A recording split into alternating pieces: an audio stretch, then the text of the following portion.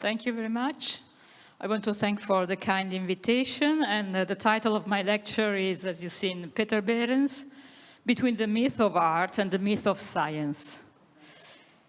Architecture has always been one of the most difficult disciplines to define, because we don't know if is it an art or a science, a technique or a form of expression.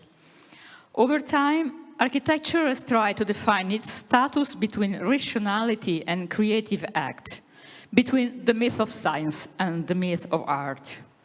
On one hand, in the 19th century, the science of construction was hailed as a specific element of the architectural project, a tool of formal definition based on the exactness of a scientific rationality. On the other hand, contrasting stances supported the subordination of construction in architecture in favor of the primacy of art. This fluctuation of positions highlights the need of searching for a balance between opposing words to bring all the components of architecture back to unity. Peter Behrens was one who addressed this theme throughout his life and his contradictory fortune. When he was alive, he was accused of not being rigorous enough with respect to the truth of structure. But afterwards, he was appreciated for exactly the opposite reason, the constructive clarity of his architecture. In the space between these opposing judgments, I believe we can recognize the problem which was constantly present in his work, ever since his collaboration with Aege began. The positive trust placed in the objectivity of technical knowledge and science, and the awareness of the artistic and expressive value of architecture, with the consequent need to affirm the primacy of art. These were the two poles within which Behrens tried to seek a road towards architecture. And these poles are a reflection of the great themes so dear to German culture: Kunstwollen and pragmatism, ideality and technique. Opposite in thought, but to be reconciled in the practice of architecture, to result in a style which for Behrens was to be redefined and reaffirmed, a style which possessed a formal unity, which could be an expression of the spirit of the time, of the zeitgeist, which mirrored modernity. Peter Behrens was born in Hamburg in 1868, died in Berlin in 1940, and received no formal training as an architect. After studying art, he settled in Munich in 1890. He was primarily a painter and a graphic designer, interested in the problem of applied arts and in industrial production of objects. Later, he was invited to join the Darmstadt Artists Colony, and in 1903, he was in Düsseldorf, where he became director of the School of Applied Art. His first architectural experiences ensued in these years: the Villa Bernauer, the crematorium in Dresden, the Protestant church in Hagen, and some exhibit stands. Behrens was attracted to the Romanesque architecture he had encountered during a trip to Tuscany. In his early works, showed strongly this influence.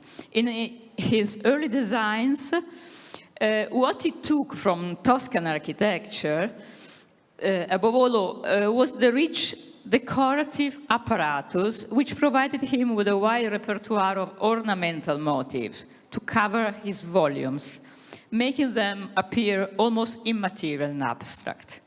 But through this experience, Behrens learned to know and work with elementary volumes, In my opinion, it was from here that came the conviction, more and more evident in his work, that architecture consists essentially of volumes.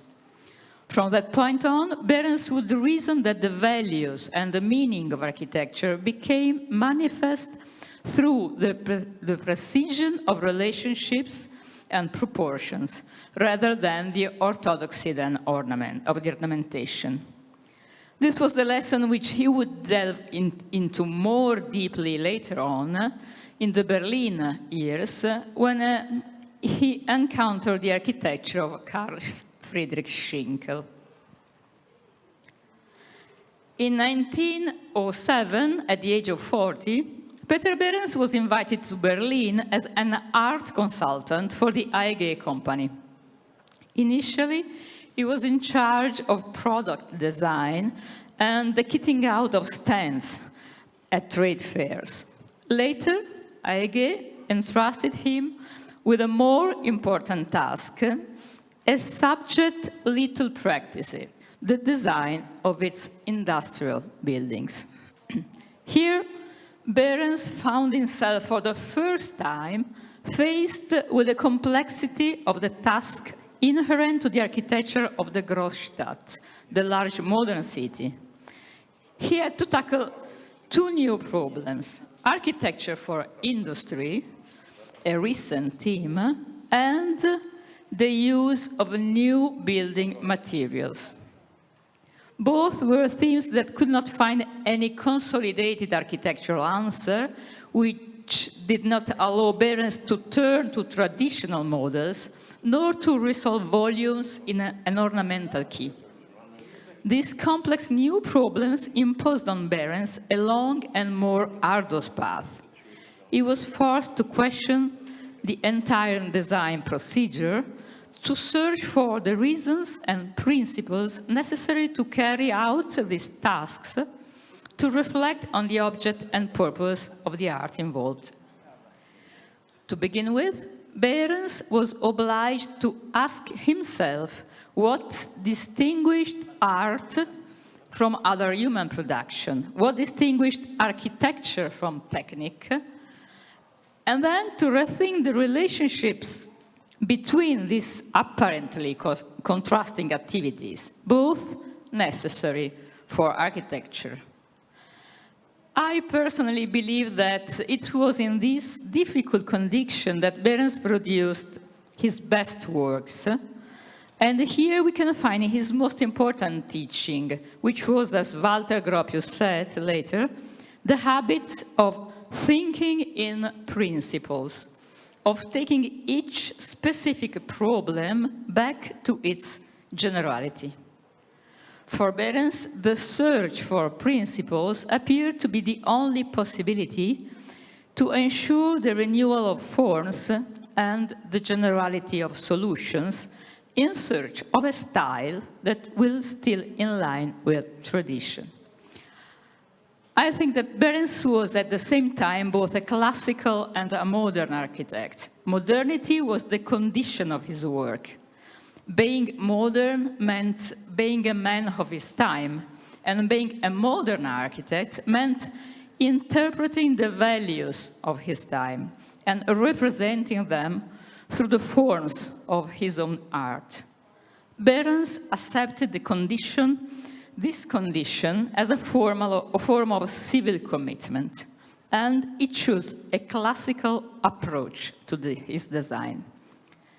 The idea of modernity also included the new possibilities offered by technique.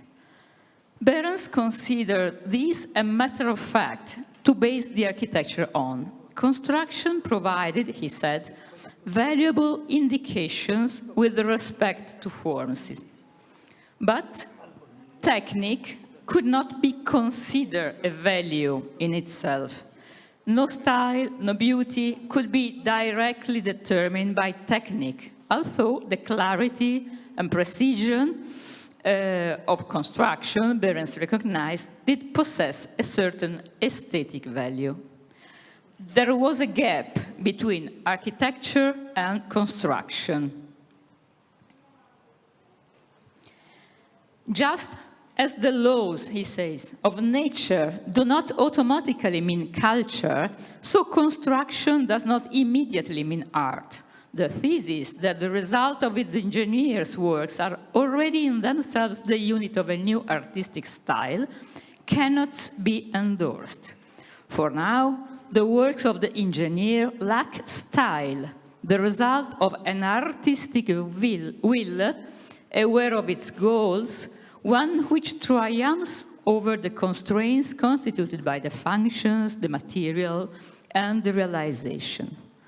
The substantial difference between the two activities, Behrens argued, consists in the different goals they pursued. Expressive intentionality distinguished architecture from engineering.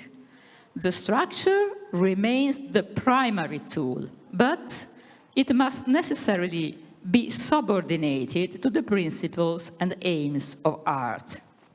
At this point, to clarify these relationships, it was necessary for Behrens to penetrate the nature of the specifically artistic element, he said, to clarify what art is, what its goals are, and what the general task of architecture is. Behrens considered art the most profound expression of a culture, the supreme and most general manifestation of human life. Art has the task of making itself the bearer of the spiritual and moral values which distinguish an era. Therefore, art could never be reduced to individual expression. Architecture, first of all, had to be an interpreter of the collective values of a society. According to Behrens, the operation with guaranteed generality is typing. The character, the creation of a type, was in every art, and no less in architecture, the most important moment of every formulation. The identification of a type is the first fundamental act to be performed to define the general character of buildings. The idea of monumentality, is the commitment the architect must undertake in the face of any theme, especially in the face of those that lacked a consolidated typological definition, such as commercial and industrial building, the new themes of modernity. Behrens sensed, as Ludwig Hilbersheimer later showed with great clarity, that the definition of building types was the indispensable condition for the completion of the great modern city, the Großstadt, with Berlin representing a field of experimentation in those years. These were the tasks Behrens set himself when he accepted the request to realize the first industrial building that Aige commissioned from him in 1909, the Turbine Factory Assembly Room, while interpreting the ambitions of the company, which saw architecture as a tool to celebrate itself in conjunction with the growing role of industry. Behrens began the work in the simplest and most obvious way. He started from the functional and dimensional requirements of the building. The assembly of turbines required a large, bright, undivided space and other areas for complementary processing. It was therefore necessary to identify the general characteristics of this building in order to give it a clear and recognizable spatial definition appropriate to the theme in order to become typed. The main building was conceived as a whole, an undivided space, narrow and long. The volume measured 207 meters long, 18 meters high, and 26 meters wide. This was joined by a smaller communicating block of 2 stories, which housed other processes. In this way, the first act toward a generality had been completed. The factory was a whole with a smaller building flanking it. But how to give this whole a finished form? Behrens tasked the elements of structure with bringing out the character of the building, with making it monumental, with constructing its volume and endowing this with a formal completeness. And once again, he began from a simple fact, intrinsic to the theme, the large size of the building and therefore also of its roof. Behrens interpreted the large dimension of the undivided space as a value to be represented, a character proper to the theme of the large factory. So he set out to emphasize it, to represent it through its grandeur, power, energy, and strength. In this way, he tried to make the factory a kind of heroic place. The description of the construction enterprise of the great and large space became the principle on which Behrens based the formal definition of the type, the principle through which he gave shape to the volume. But what principle exactly was described through the forms of the architecture? This is, for me, the point of greatest interest because there was a significant discrepancy between the structural principle implemented to support the factory and the represented one in the forms of its architecture, a discrepancy which Behrens' thinking clarified. Behrens chose iron and glass to realize the great whole, materials which allowed for large structural spans and good interior lighting. From a static point of view, the structure of the factory is very simple. The basic element consists of a triple hinged arch of 26 meters span, repeated for 22 spans at a pitch of 9.22 meters. It was designed and calculated together with an engineer, Karl Bernhardt, who later on would criticize Behrens' work on the basis of a different point of view regarding the role of construction in architecture. But which operation would make it possible to distinguish technique from art, as Behrens hoped, to mark the distance between his work and the work of engineer, to overcome the forms of the technique? Behrens was not satisfied with showing the triple-inch arch in their technical evidence. It is the result of dimensioning the structure, but it is not expressive from a formal point of view. Instead, he tried to relate these elements to an order, a more general and recognizable principle, one that was more evident and easily understood. The order of the elements must represent this structural principle of the building in an easy and immediate way. The triple-hinged arch responded to a static law, but the perception of it did not really render the sense of stability, Behrens said. Behrens therefore defined the volume of the building as the representation of a three-lithic pillar beam system, an elementary principle, easier to recognize, and to a certain degree, masking the triple-hinged arches. So it tried to define an order, distinguished the elements, and demonstrated their respective role.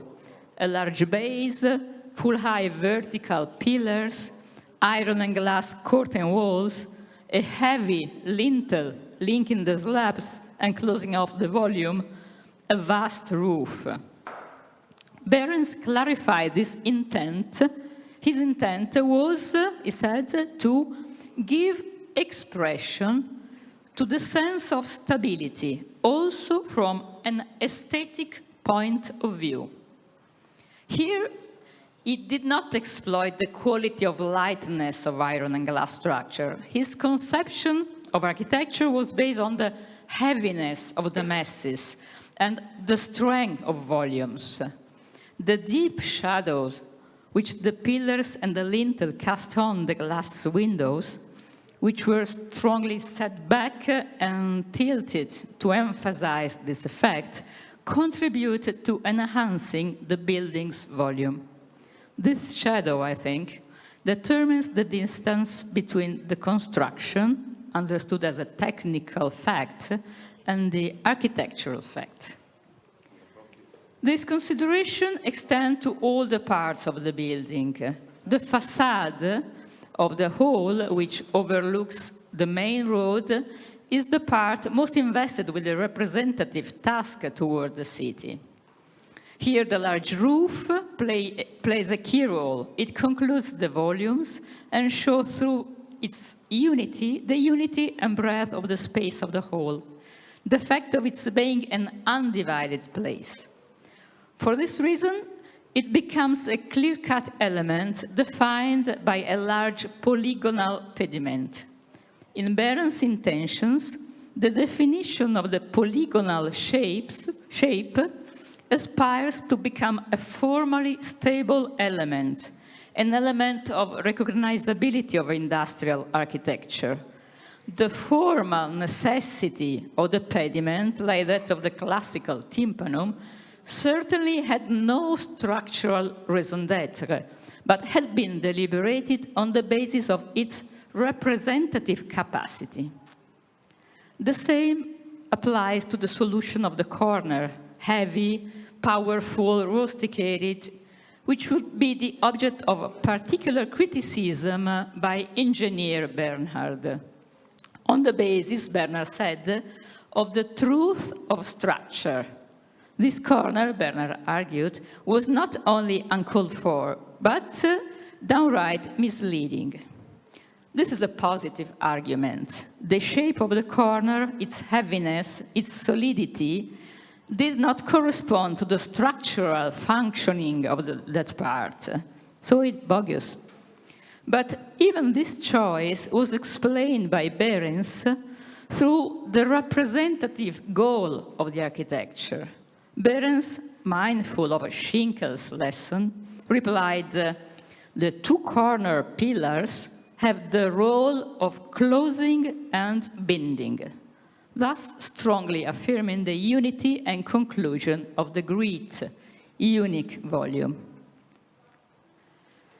The lateral body was based on the same principle of analytical construction and on the desire to recount the parts of which it was composed. It is set back from the street, from the road, and it omits the element of the large roof and is explicitly divided into two stories.